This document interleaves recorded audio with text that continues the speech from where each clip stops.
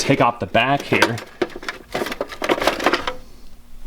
And now you could see that the stainless braided line goes from the CO2 tank up to the Sodastream. So I have no bottle back here whatsoever. The bottle is the auxiliary bottle down there, 20-pounder. And just so you know, I've had this set up for about almost 2 years now. And I only exchange the bottle once a year, and it cost me $30. So here we are in my garage with my Lamborghini. But you know what's better than my Lamborghini? The Sodastream. No, knowledge. Knowledge is. Okay, jokes aside, my tank, my 20-pound CO2 tank is behind the couch right here. I just want to see what it looks like to show that I have it hidden. I have guests. This is like my converted garage slash, you know, gaming area. I got my drum set in here. Do lots of, I got a TV in here, all that fun stuff. And but I want, you know, the 20-pound cylinder, you could probably hide it in your let's go ahead and look at it. All right, so here it is in the shadows. Like I said, I've got it just tucked away. It's chained. There's a little chain right here, so it won't fall. But as you see, it's, you know, there's other stuff in the way. This thing's not gonna fall. It's not gonna get punctured. We're all good. Here you have the stainless steel line. I'm gonna go ahead and grab this. It's got lots of extra line for you, so it goes from the tank, and then we'll go ahead and follow it up to the Sodastream here, and then I have it kind of going up through the cabinet to kind of make it somewhat discreet. And then I have my bike hanging above it. If you're wondering, like, what the heck is that plastic on top? It's just the upside down bicycle. Look at that clearance, just perfect clearance there. Let's go ahead and take off the back here. And now you could see that the stainless braided line goes from the CO2 tank up to the Sodastream. So I have no bottle back here whatsoever. The bottle is the auxiliary bottle down there, 20-pounder. And just so you know, I've had this set up for about almost 2 years now.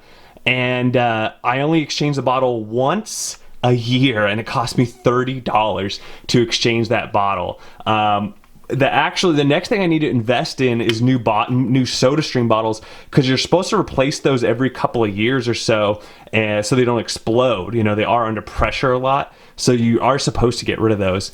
But as I mentioned, this setup, I love it. It works really good. It has the quick disconnect right here. I can just pull this off and disconnect it really easily. But that's how it sits, and with the, you know, with the back on this, unless you were to let's just go ahead and put the back on. Unless you were to kind of follow it down, you wouldn't see the wire. So if you're thinking about installing this into your kitchen, what you could do is just drill a hole in your countertop, have the line get fed up, and then you could put it in like a cabinet like this. I chose to just keep the whole setup in my garage, especially because I have the 6 bottles. I can easily just walk up and down to my garage and fill them up, and they last me close to a week. So it's not a big deal for me to go back and forth.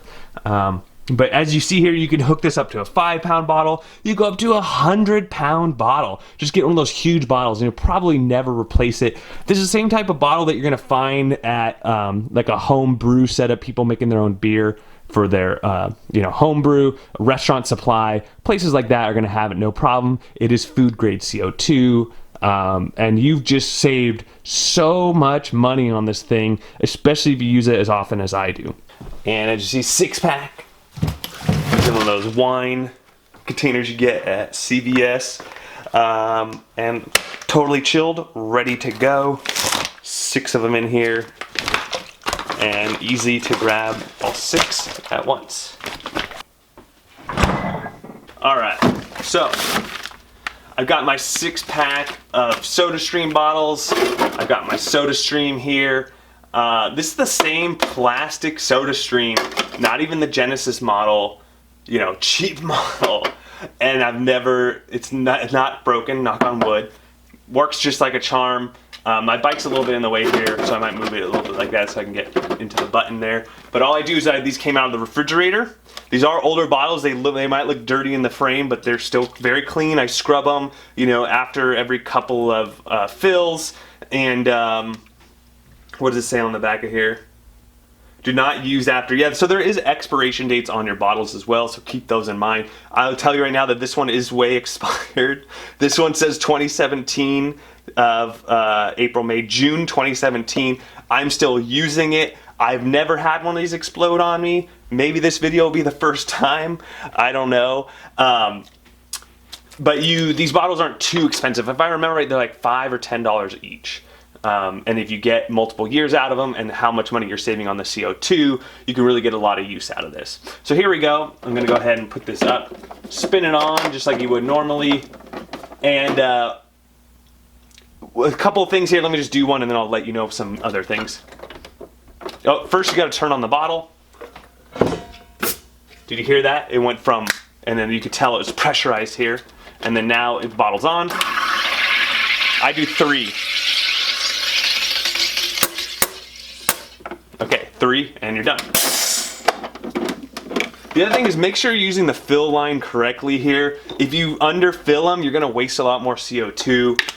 If you overfill a little bit, not a big deal. If you way overfill, the water will get backed out and it'll shoot the water out the back. So that's why you don't wanna overfill, because it will actually, you will get a little bit of leakage.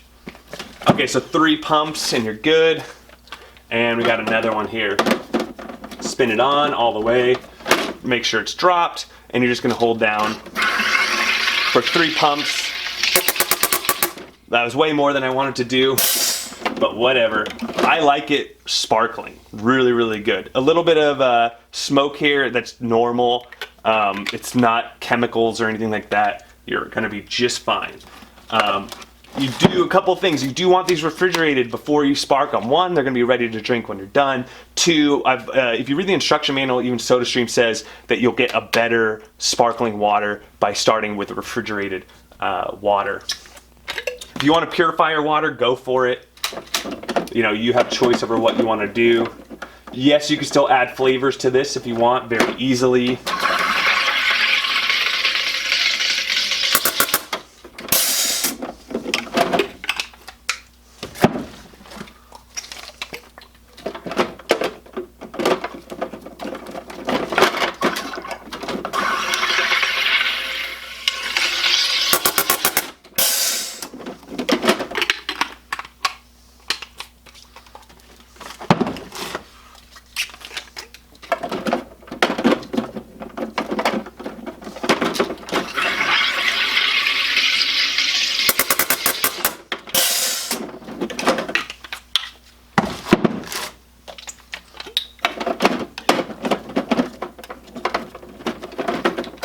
So on my last one, what I like to do is as I'm starting, I'm gonna turn off the hose.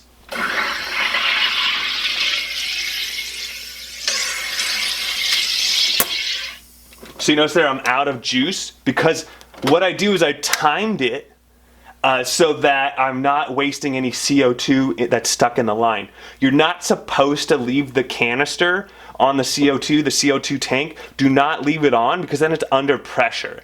I've left it on before, nothing bad has happened. But the general rule of thumb is do not leave that line on, just in case you get some blowback, or the line, you know, a line under compression, it's just more likely that something is gonna go wrong. In the tank, it has a valve there. The valve is very strong. With these stainless steel braided lines and that disconnect, for example, there are gonna be some weaker points in the line. So that's why you probably wanna turn that off, just so the pressure doesn't, you know, mess things up, especially over a long period of time. So what I do, instead of wasting the CO2, because my other option, I'll show you really quick, is what they tell you to do, which is, you know, you're done. Well, let's just pretend, I do want to spark this up. Okay, so then we're done, right? And I'm going to turn this back on really quick, because I just want to fill the lines up. So right now, I turned my valve off. Let's pretend I was done. I would turn my valve off, but there's still pressure in the line. So what you would do is, after you're done with your last bottle, you then just want to click this and let out that excess in the line to depressurize it. But I'm that cheap that I don't want to waste that CO2.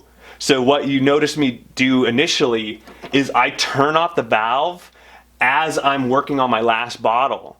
So I've timed it that last bit of air is actually going into my last bottle. Thus, I'm taking that CO2 and actually using it while depressurizing the lines. And so as you see, I've been doing this for a while. I've got my timing down. This, I drink at least 1 to 2 of these a day. So it's great because I get my water for the day. It tastes way better than regular water. I can add flavoring to it if I want. It also acts as a drinking apparatus, or you can pour it in your own cup as well. And when I'm done, I put the empty ones on my counter. When I get to about 4 or 5 empties, I fill them back with water, stick them in my fridge. Next day, I can pump them all up, and then I'll have enough for the next 3-4 days. And it's that easy. The only cons I see to this strategy is, this does take up a good amount of space in my refrigerator. Depending on the size of your fridge, that might be something. The other thing is you have that ugly 20-pound tank. But as I mentioned earlier in the video, feel free to hide it. You can get a smaller tank, a 5-pound tank, something like that. You can put it in your garage like I've done. Or as I mentioned, put it in a cabinet or hide it away. You have a few different options there. But as you see, nothing has broken yet. I've been using this setup for 2 years. I've yet to have a bottle explode on me. I have yet to have this plastic Sodastream do anything. I've never had any issues at all with the CO2 tank. And I have yet to have any issues with that line, with that stainless steel braided line. If you're interested in this setup, I'll put links in the description. But as I mentioned, you could see, I'll put links to my older videos that I've had this setup for a long time, and it's working great. And not only am I saving a ton of money on the CO2, but I'm saving the environment in that I'm not using all these Calistoga and Perrier and all the, the other sparkling water brands out there. I'm not, wasting cans, and I'm not wasting plastic bottles. Now, it's not zero. Obviously, I do have some kind of carbon footprint, with these bottles here, and they have a certain amount of life expectancy in them. But I think overall, if you were to kind of put them side to side, once you acquire everything and you use this for a few years, it's definitely less of a carbon footprint and better for the environment overall. So there you have it. That's what I think. Let me know what you all think. Let me know if you have any questions about this setup. So far, I'm digging it. Don't forget to like and subscribe, and we'll catch you on the next one.